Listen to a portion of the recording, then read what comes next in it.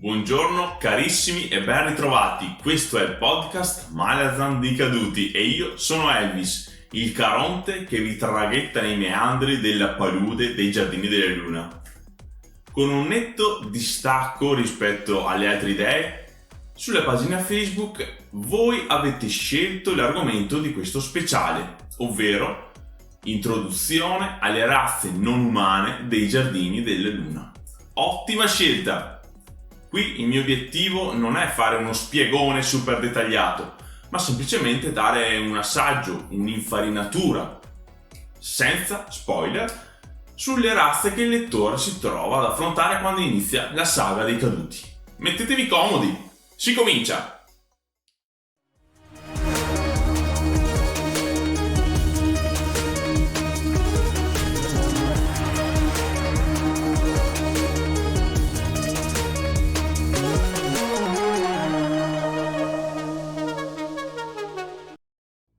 Yoggut, una delle razze fondatrici.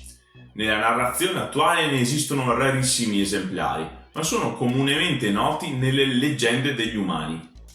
Rispetto all'uomo comune sono più alti e grossi, hanno la pelle grigio-verde e due zanne che spuntano dalle labbra inferiori. Solitamente i loro capelli sono grigi, possiedono due cuori e forse hanno il doppione di qualche altro organo. Non vogliamo sapere quale. La caratteristica culturale più importante e da tenere sempre a mente quando si parla di Yoggut è l'assenza di comunità. Mi spiego peggio. Vedevano la comunità come un tramite per il dominio, la schiavitù e la fame di potere, da parte dei leader che inevitabilmente emergono in una società. Vivevano quindi in completo isolamento, al massimo insieme ai membri più stretti della famiglia. Infatti i legami tra genitori e figli erano comunque molto forti. Questa avversione per la civiltà è avvenuta in seguito all'esperienza. Molto tempo fa gli Yoggut avevano una loro comunità, ma questa veniva ripetutamente schiavizzata e dominata dal tiranno di turno. Un Yoggut che prendeva il potere e sottometteva tutti gli altri.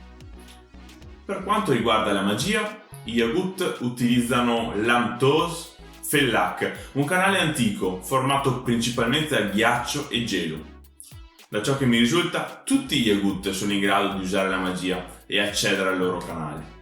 Siete d'accordo oppure avete trovato delle eccezioni? Scrivetelo nei commenti. Nei Giardini della Luna appare un solo Yoggut, quindi non hanno una rilevanza centrale in questo romanzo, ma vengono spesso nominati, perciò è bene sapere di cosa si parla. Per introdurre i clan Imas dobbiamo fare un passetto indietro di appena 300.000 anni rispetto alla narrazione attuale, a quando gli Imas non erano altro che gli antenati degli umani. Steven Erikson, antropologo, li ha definiti come ominidi simili ai Neanderthal, quindi di bassa statura, tozzi e con le braccia lunghe. Hanno la fronte inclinata, un'arcata sopraccigliare pronunciata, il naso e gli occhi grandi. Costruiscono e utilizzano strumenti e armi fatti di pietra e selce. Riprendo il discorso precedente perché gli Yoggut, oltre che ammazzarsi tra loro, avevano l'hobby di ammazzare anche gli Imas. Che bravi ragazzi!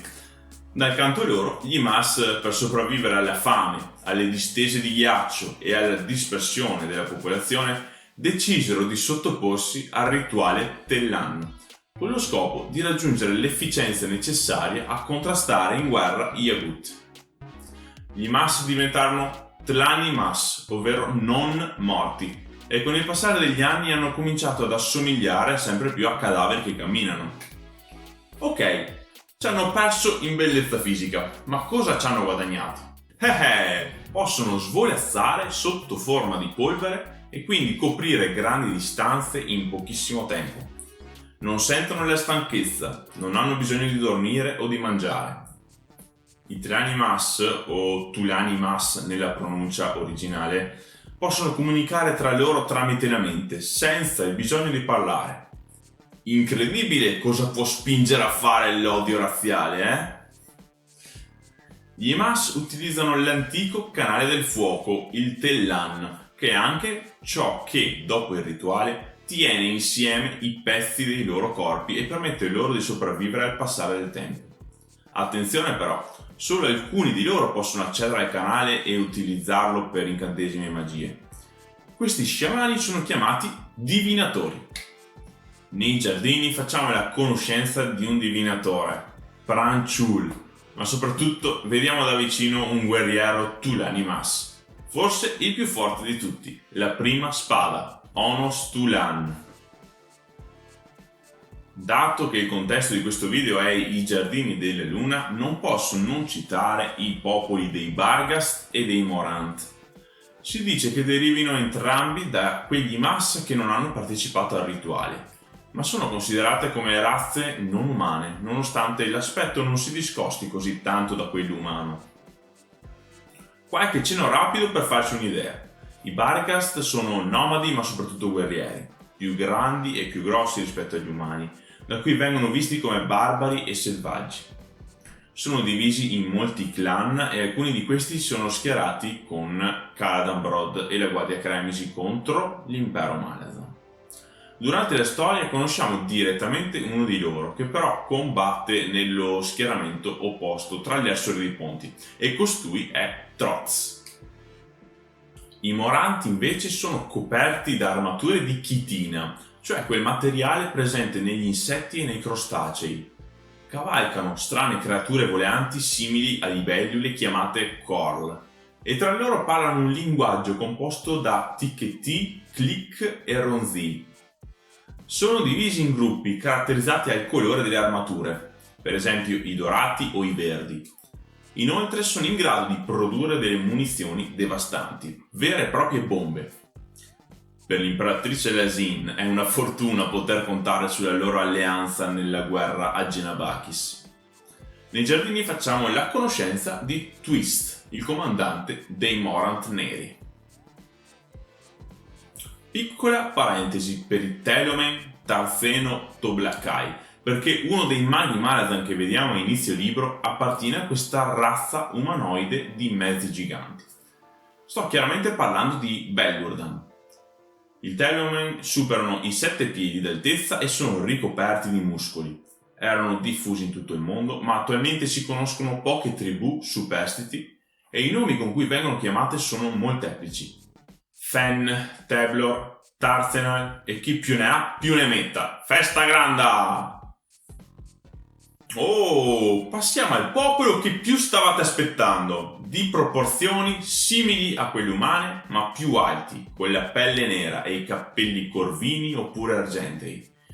Particolarità di questa razza sono gli occhi, a mandorla, e che cambiano colore in base all'umore e alle emozioni. Si tratta dei Tistandi, una razza antica i cui membri vivono per centinaia di migliaia di anni e tutti possono utilizzare le arti magiche. Il Kurai Galein è il loro antico canale magico, ma è anche il regno di origine, il luogo di provenienza degli Andi. Si narra infatti che la loro progenitrice, Madre Oscurità, nel tentativo di sentirsi meno sola, creò la luce. I primi figli di Madre Oscurità, gli Andii, si sentirono traditi da quel gesto, perciò emigrarono dal Kurai Galein al mondo che tutti vediamo nei giardini. Precisamente si stabilirono nella progenie della luna, la montagna volante. Nel romanzo si schierarono con Caladan-Brod contro l'impero Malazan. Infatti la maggior parte di loro si trova con l'alto comandante a nord di Genabakis, mentre nella progenie restano quasi esclusivamente vecchi e bambini e il più amato personaggio della saga, Anomander Rake. È colui che li guida e li comanda. La sua potenza risiede sia nelle arti magiche che in quelle combattive. Non dimentichiamo che la sua arma è Dranipur, una spada terribile che nessuno vorrebbe mai incontrare. Alcuni Tistandi, comandati da Serrat, sono impegnati nell'eliminazione dei sicari della corporazione Atarushistan. Oltre alla stregoneria, questi usano balestre e lunghi coltelli. Il tradimento della loro dea, Madre Oscurità, unito a una prospettiva di vita molto lunga, ha portato la popolazione a una sorta di depressione, di disinteresse verso il mondo e verso il futuro. Questo è uno dei motivi per cui Rake partecipa alla guerra, tentare di coinvolgere i suoi simili in una causa che dia loro qualcosa in cui credere, un obiettivo ambizioso, senza alcun dubbio. Queste non sono le uniche razze presenti nel libro Malazan dei Caduti, ma perché fasciarci la testa prima di romperla? Ho pensato di andare per gradi e introdurle a poco in base alla loro comparsa nella narrazione. Sicuramente questi argomenti verranno approfonditi singolarmente in futuro, perché ci sono molti aspetti che non ho trattato sia per la questione di tempo sia per la gestione degli spoiler. Ricordo che l'argomento di oggi è stato scelto proprio da voi. Se ancora non lo fate, seguitemi sulla pagina Facebook, potrete dire la vostra su ciò che preferite vedere su questo canale.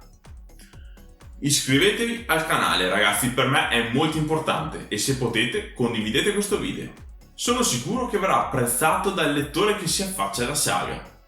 Conto sul vostro like e ancora di più su un vostro commento. Fatemi sapere cosa ne pensate.